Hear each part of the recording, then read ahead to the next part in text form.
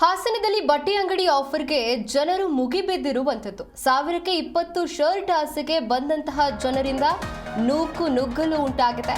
ಜನರನ್ನ ನಿಯಂತ್ರಿಸೋದಕ್ಕೆ ಪೊಲೀಸರು ಲಾಠಿ ಚಾರ್ಜ್ ಅನ್ನು ಕೂಡ ಮಾಡಿದ್ದಾರೆ. ಹಾಸನ ನಗರದ ಉದಯಗಿರಿ ಬಡಾವಣೆಯಲ್ಲಿ ನಡೆದಿರುವಂತಹ ಘಟನೆ ಇದು. ರಸ್ತೆಯಲ್ಲಿ ಶರ್ಟ್ ಖರೀದಿಗಾಗಿ ಮುಗಿಬಿದ್ದಂತಹ ಜನರು ಎದುರಿಂದಾಗಿ ಗೊಂದಲ ಕೂಡ ಸೃಷ್ಟಿಯಾಗಿತ್ತು.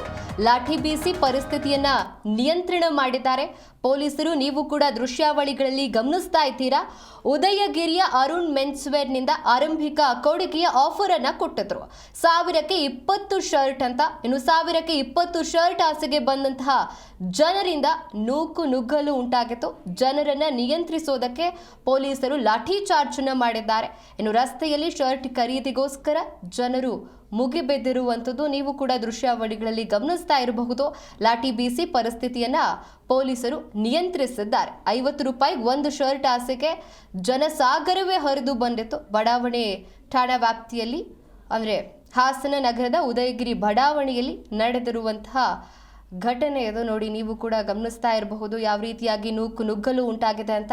50 ರೂಪಾಯಿ ಒಂದು ಶರ್ಟ್ ಆಸೆಗೆ ಗಂಡು ಮಕ್ಕಳು ಸೇರಿರುವಂಥದ್ದು. ಸೊ ಈ ಪರಿಸ್ಥಿತಿಯನ್ನು ಪೊಲೀಸರು ನಿಯಂತ್ರಿಸಿದ್ದಾರೆ. ಲಾಠಿ ಚಾರ್ಜ್ನ ಮೂಲಕ ಪರಿಸ್ಥಿತಿಯನ್ನು ಪೊಲೀಸರು ನಿಯಂತ್ರಿಸಿರುವಂಥದ್ದು. ಈ ಹಿಂದೆ ಕೂಡ ಇದೇ ರೀತಿಯಾದಂತಹ ಘಟನೆ ನಡೆದಿತ್ತು. ಹೆಣ್ಮಕ್ಳಿಗೆ ಸೀರೆ ಆಫರ್ ಕೊಟ್ಟಿದ್ರು. ಆ ಸಮಯದಲ್ಲೂ ಕೂಡ ಹೆಣ್ಮಕ್ಳು ಬಂದಿದ್ದನ್ನು ನೋಡಿ ಅಂಗಡಿ ಮಾಲೀಕನೇ, ಅಂಗಡಿ ಓನರೇ ಅಂಗಡಿಯನ್ನು ಕ್ಲೋಸ್ ಮಾಡಿಬಿಟ್ಟಿದ್ದ. ಇದೀಗ ಇದೇ ರೀತಿಯಾದಂತಹ ಘಟನೆ ಹಾಸನ ನಗರದ ಉದಯಗಿರಿ ಬಡಾವಣೆಯಲ್ಲಿ ನಡೆದಿರುವಂಥದ್ದು.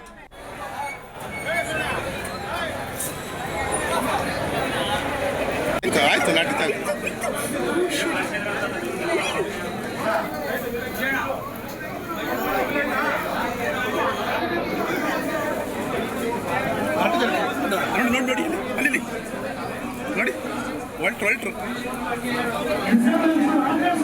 ಹುಡುಗಿರು ಲೇಡೀಸ್ಗಳು ಅವರು ಬಂದಿರುತ್ತೆ.